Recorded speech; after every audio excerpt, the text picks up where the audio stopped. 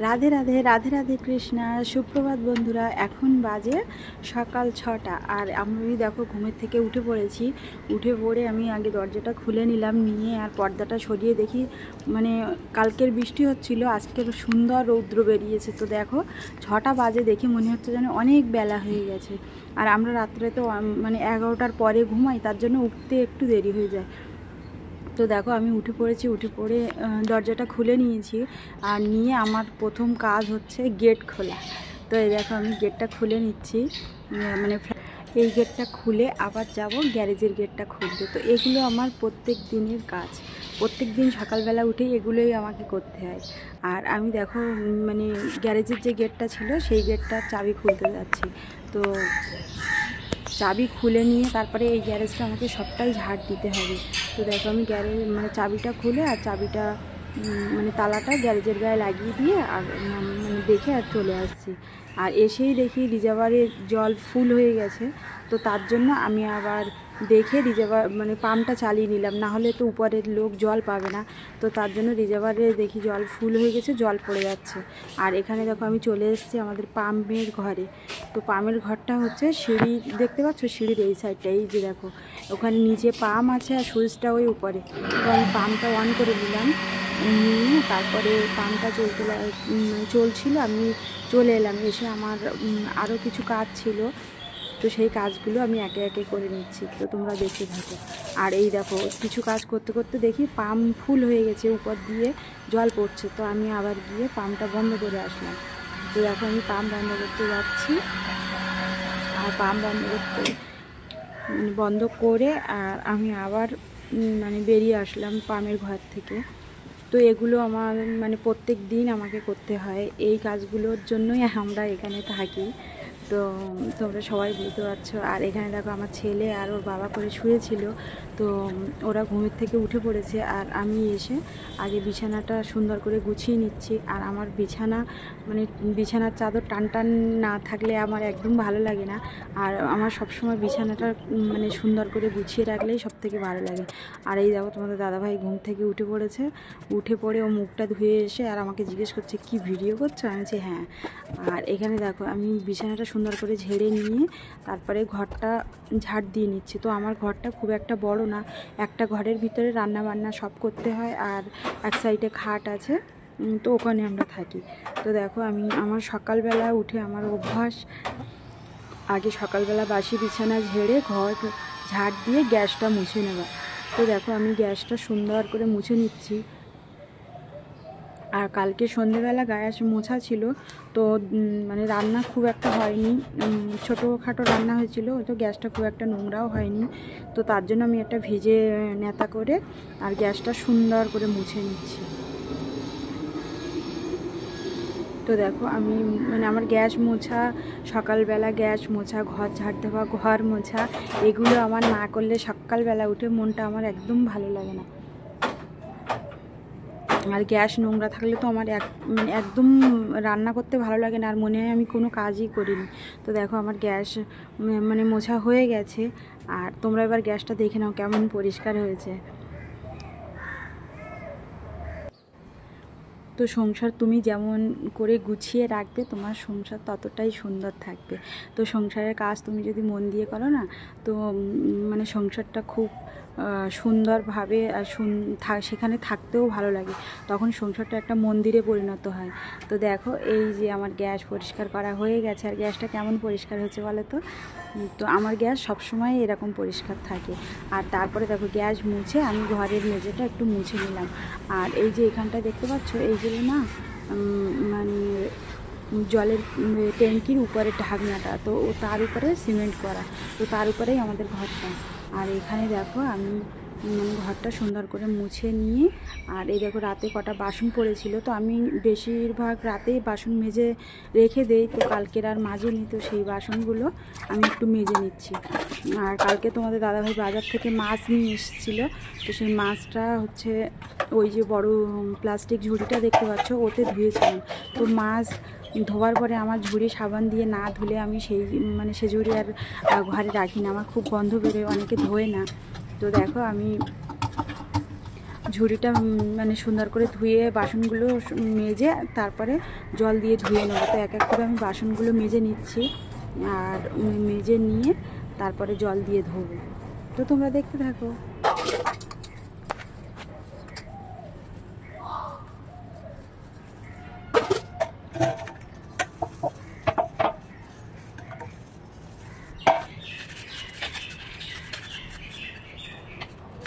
তো দেখো আমার বাসন মানে সাবান দিয়ে স্কচব্রাইট দিয়ে মাজা হয়ে গেছে, আর এবার জল দিয়ে ধোবো। তো আমার সকালবেলা এই কাজগুলো রোজই থাকে, মানে রোজ করতে হয় এই কাজগুলো। আর তার উপরে তোমাদের দাদাভাই কাজে যাবে, তার জন্য রান্না করতে হবে, আমার ছেলে স্কুলে যাবে। তো কখনো কখনো টিফিন সময় থাকলে করে দেই, আর যখন সময় থাকে না তখন আর টিফিনটা আমি করতে পারি না, দোকান থেকে টাকা নিয়ে যায়, কিনেই নিয়ে নেয়।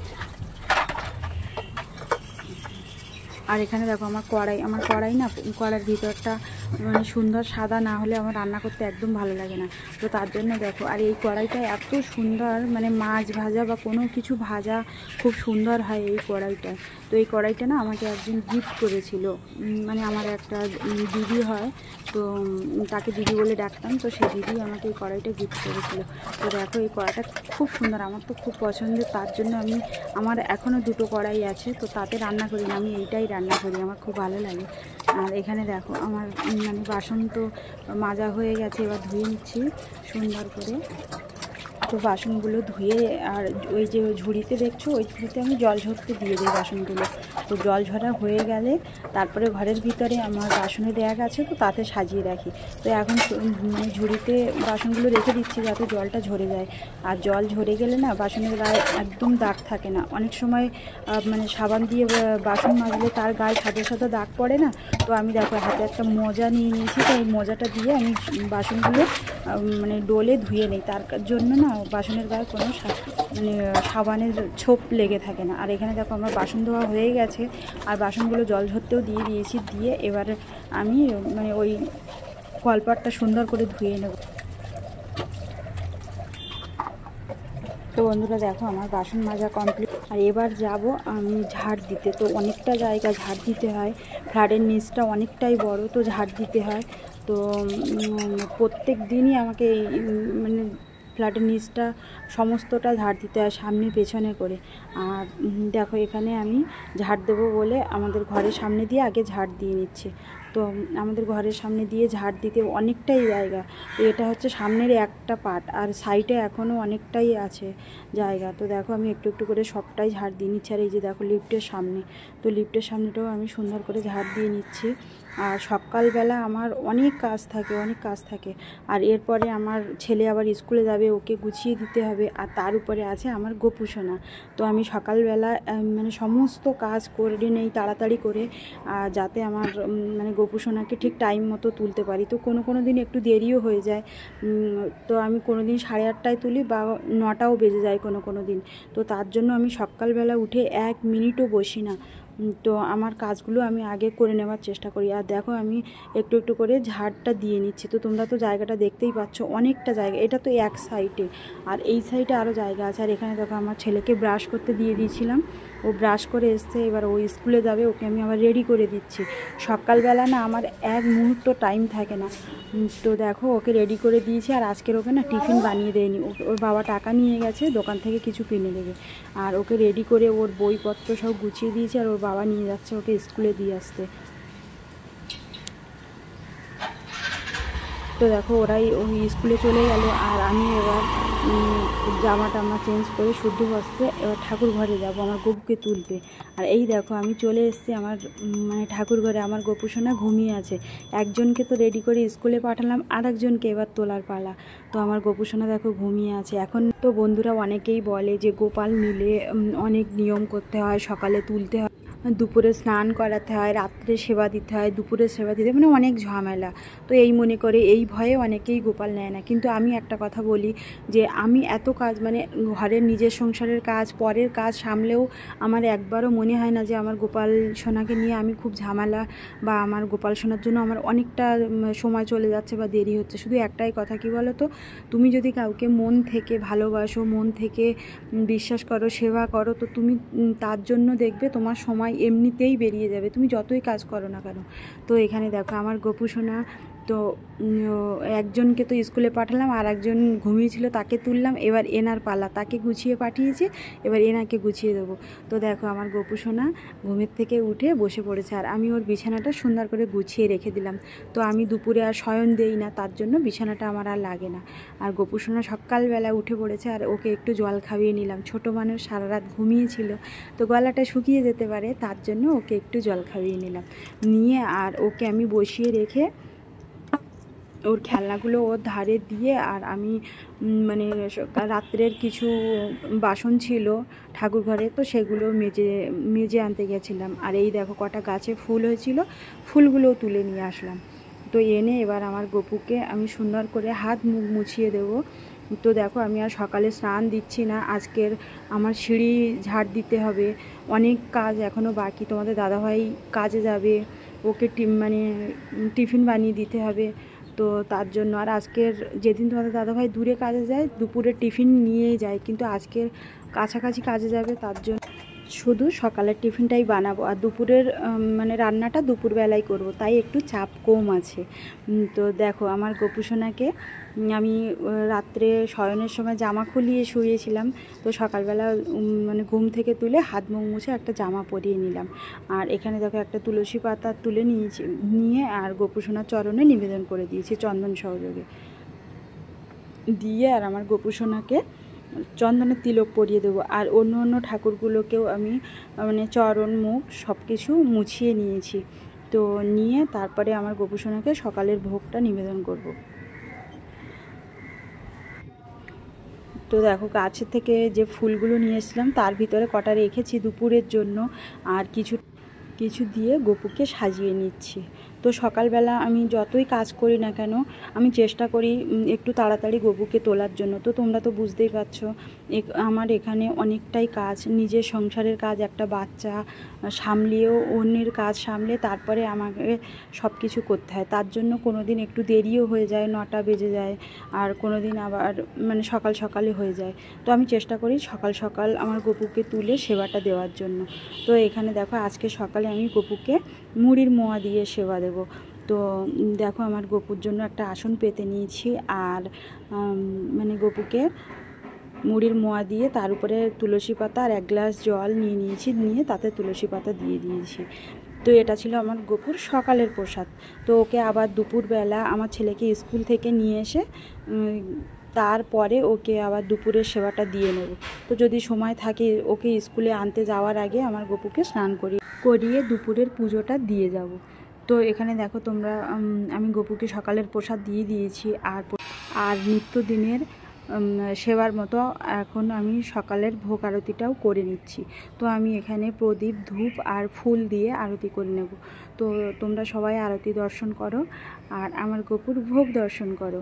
তো এখানে দেখো আমি প্রদীপ ধূপ দিয়ে আরতি করে নিয়েছি, নিয়ে আর শেষে ফুল দিয়ে আরতি করে প্রণাম করে ওং নমো ভগবতে বাসুদেবায় নমঃ, ওং নমো ভগবতে বাসুদেবায় নমঃ, ওং নমো ভগবতে বাসুদেবায় নমঃ 3 বার বলে আমার গোপুর চরণে ফুল নিবেদন করে প্রণাম করে নিচ্ছি। নিয়ে আর আমি এবার কিছু সময় মন্দিরের বাইরে চলে যাব। তো তার আগে আমার গপুকে একটু নিজে হাতে খাইয়ে দেব। তো ওর হাতের বাসিটা আমি একটু সরিয়ে রেখেছি। তো আমি রোজ গপুকে সেবা দেওয়ার সময় ওর হাতের বাসি সরিয়ে রেখে দিই। তো আমি ওর হাতের বাসিটা নিয়ে আর ওকে আমি একটু নিজে হাতে করে খাইয়ে দিলাম, দিয়ে ওকে প্রসাদ নিবেদন করে আমি এবার ঠাকুর ঘরের বাইরে চলে যাব। তো কিছু সময় পরে এসে আমি ওর প্রসাদটা তুলে নিয়ে ওর মুখ হাত ধুইয়ে তো তারপরে আবার অন্য কাজে যাব।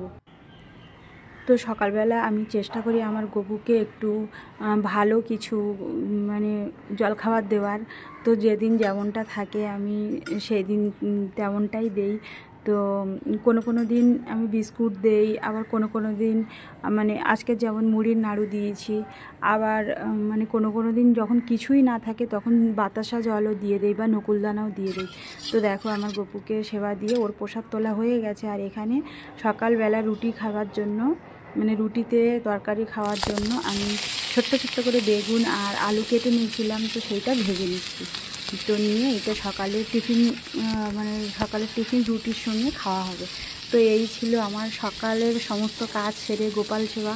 তো তোমাদের এই ভিডিওটি কেমন লাগলো অবশ্যই জানিও, আর সবাই একটু সাপোর্ট করো, পাশে থেকো, যাতে আমি আরও সামনের দিকে এগোতে পারি আর তোমাদেরকে সুন্দর সুন্দর ভিডিও উপহার দিতে পারি। আর যারা এখনও আমার চ্যানেলটি সাবস্ক্রাইব করনি তারা অবশ্যই আমার চ্যানেলটি সাবস্ক্রাইব করে দিও, যাতে তোমাদের কাছে আমার ভিডিওটি খুব তাড়াতাড়ি পৌঁছে যায়। আর আবার দেখা হচ্ছে অন্য কোনো ব্লগে। ততদিন তোমরা সুস্থ থাকো, ভালো থাকো, আর খুব আনন্দে ও হাসি খুশিতে থাকো। রাধে রাধে, হরে কৃষ্ণ।